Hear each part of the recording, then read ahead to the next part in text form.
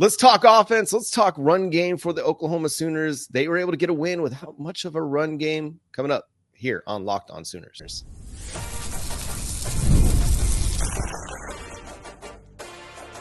You are Locked On Sooners, your daily podcast on the Oklahoma Sooners. Part of the Locked On Podcast Network, your team every day.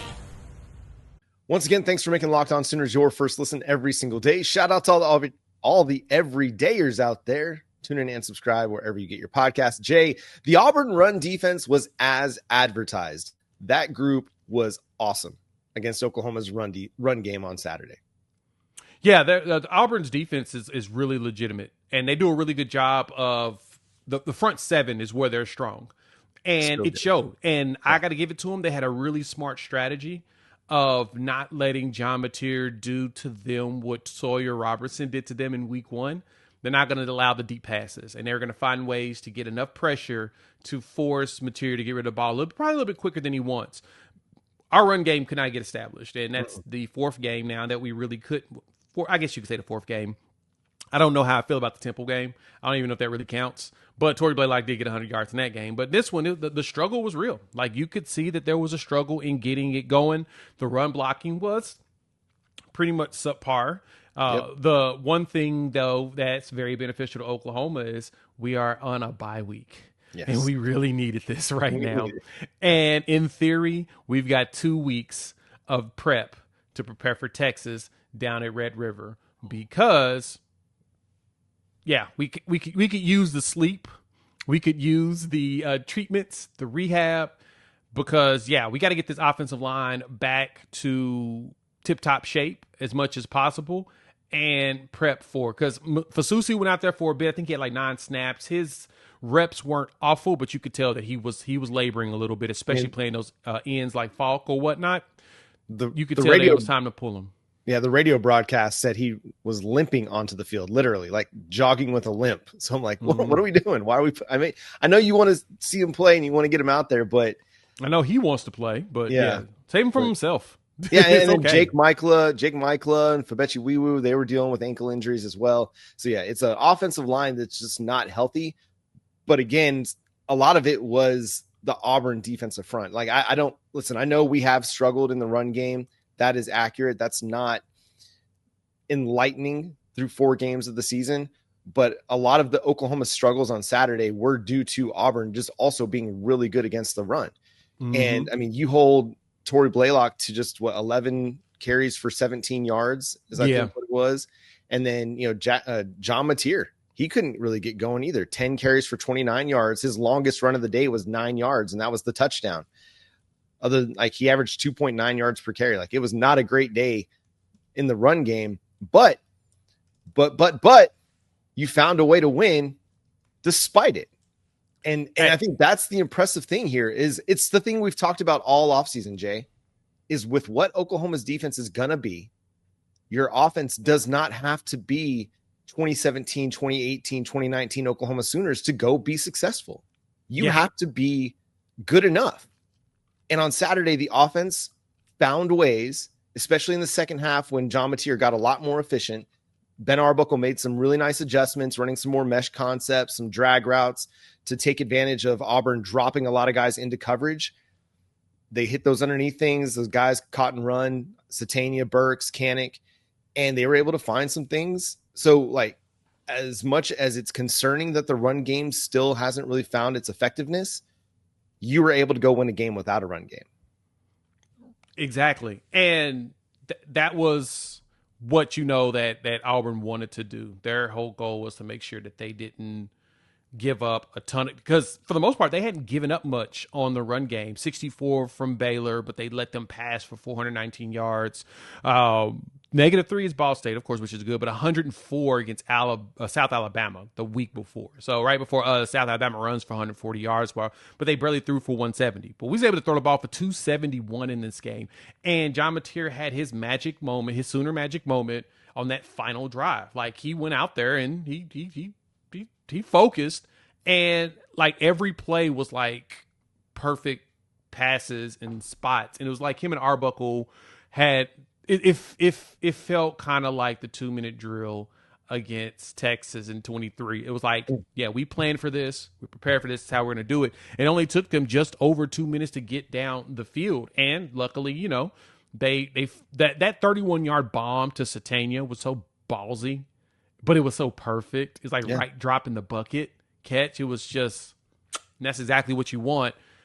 But he went out there and balled, and he said, all right, I'm going to go ahead and I'm going to get this touchdown myself. And I love, it was one of the film breakdown guys. He pointed this out. I thought it was pretty fascinating. On that 9-yard scamper, you could tell on there was only 2 dudes on the right, and there's like 4 on the box on the left. And you could see Mateer notice that immediately, and he played. So what he did when he hiked it, he immediately looked at them and then cut right to the hole that he knew was going to be open, that his teammates was going to make available for him. And that was it. He knew what side of the ball to go to.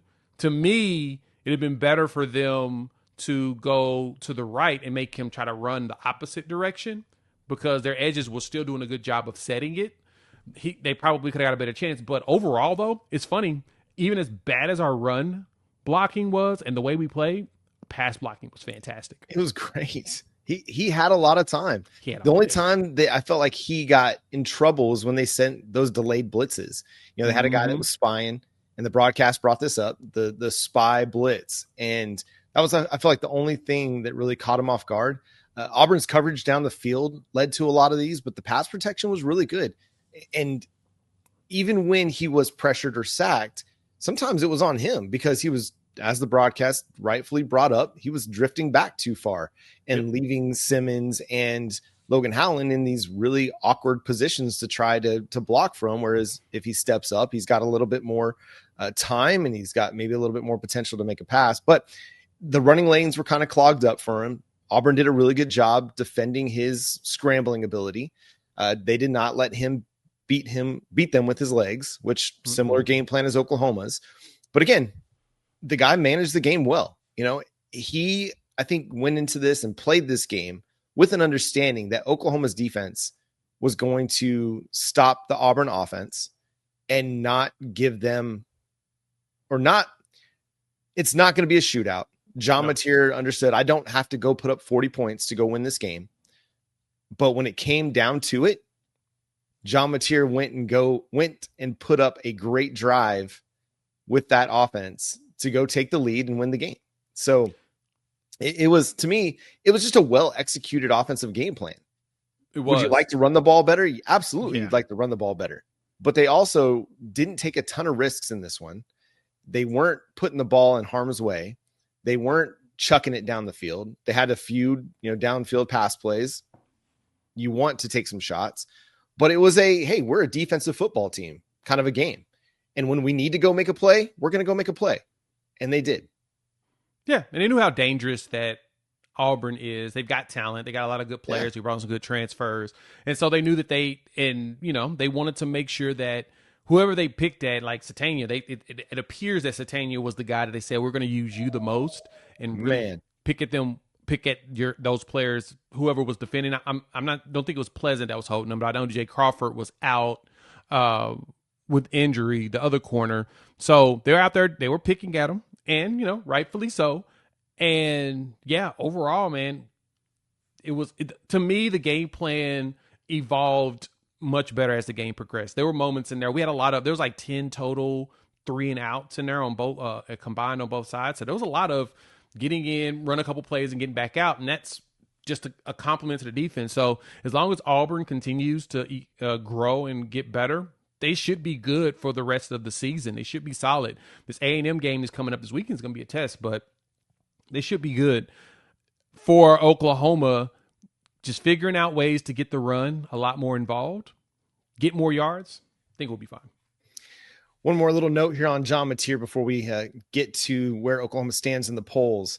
So in the first half of this game, John Mateer was just 8 of 16 throwing the football. In the second half, he was, where did I have it? 16 of 20. Yep. 12 of 16 in the third quarter. He was 4 of 4 in the fourth quarter for 62 yards. Again, it's crazy that he only threw 4 passes in the fourth quarter. Auburn did have a strong time of possession advantage in this game, so that's part of it. But he made it count when it mattered most. Again, it's like the defensive line coming up clutch in crunch time. John Mateer came up clutch in crunch time. That's exactly what you need to see out of your quarterback when it was on the line and he needed to go make some plays. John Mateer absolutely made some plays. The Oklahoma Sooners moved up in both polls. We'll discuss coming up next here on Locked On Sooners.